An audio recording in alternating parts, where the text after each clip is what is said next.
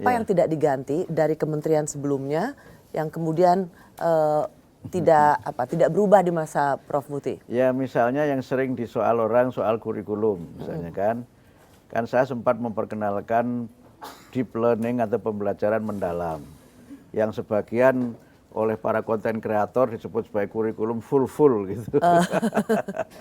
Padahal itu sebenarnya adalah pendekatan pembelajaran. Ya. He is genius. And he is brilliant.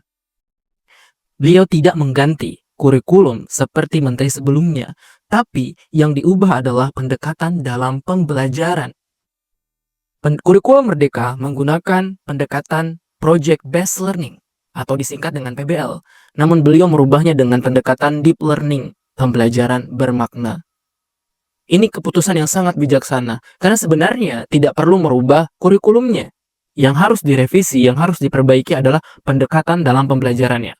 How teachers deliver, how teachers menyampaikan materi kepada anak-anak didiknya di sekolah. Dan diharapkan dengan pendekatan yang baru, deep learning atau pembelajaran bermakna, output yang dihasilkan itu dapat lebih maksimal. Tentu saja kita akan menilai nanti setelah kurikulum yang berbasis deep learning ini benar-benar diterapkan, karena tidak ada perubahan kurikulum, yang berubah hanya pendekatan pembelajarannya. Ini harus kita sampaikan kepada seluruh lapisan masyarakat, terutama guru dan orang tua. Apa yang beliau lakukan itu sama seperti yang saya lakukan. Di dalam buku yang saya tulis beberapa waktu yang lalu, saya butuh waktu 1,5 tahun untuk menyelesaikannya, yang berjudul Mendidik Generasi Alpha. Di sana, saya menjelaskan ada 10 metode pembelajaran dan 10 strategi pembelajaran yang dapat diterapkan dalam mendidik generasi Alpha.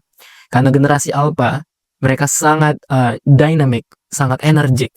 Kita butuh untuk menerapkan banyak metode dan pentingnya pembelajaran yang berbasis diferensiasi. Jadi diferensiasi dalam pembelajaran itu sangat penting, karena kita tahu anak-anak kita punya kemampuan yang berbeda. Terima kasih kepada Bapak Profesor Abdul Muti, Menteri Pendidikan Dasar dan Menengah. Sebagai seorang guru, saya mendukung kebijakan ini dan berharap pelaksanaan deep learning dapat disosialisasikan dengan baik dan mendapatkan output yang lebih maksimal daripada pelaksanaan kurikulum sebelumnya. Untuk video berikutnya, saya akan jelaskan lebih detail tentang deep learning. Kenapa harus deep learning? Karena ada banyak pendekatan pembelajaran yang lain.